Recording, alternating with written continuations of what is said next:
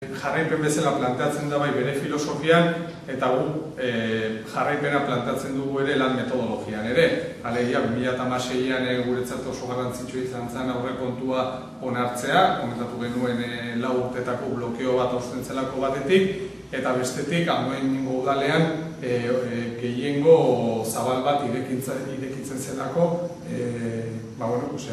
udaleko jardun hori aurrera atatzeko, ez?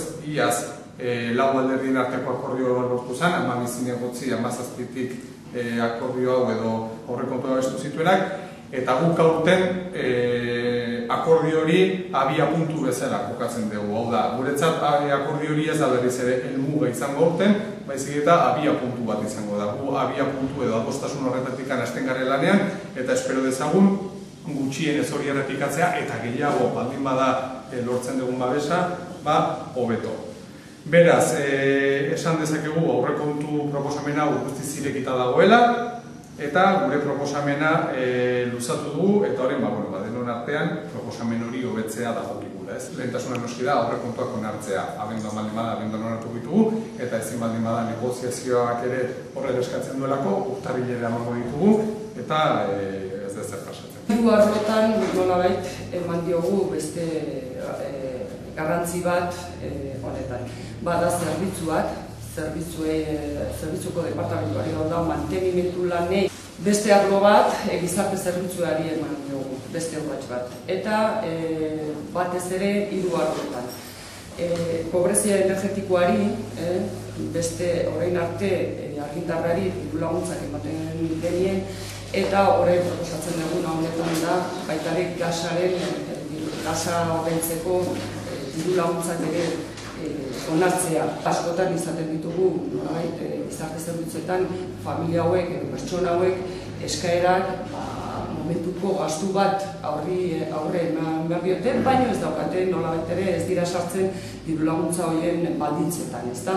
Eta hori kontutan izan da, mikrokreditua detzen zaion bezala mailago txikiak baldintza batzuk beteta, familia hori, pertsona hori, momentuko gastu hori, aurren berri duten gastu hori laguntza emateko.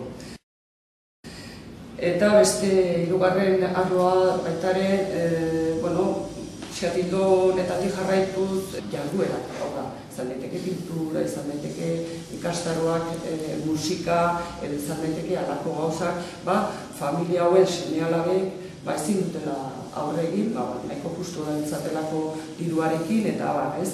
Eta iruditzako txikiko hauek ere beste herritar guzti bezala eskubidea dute nolabait ere heziketa ez formal horretan ere eskuratzeko edo jasotzeko heziketa, beste jasotzen duten modu.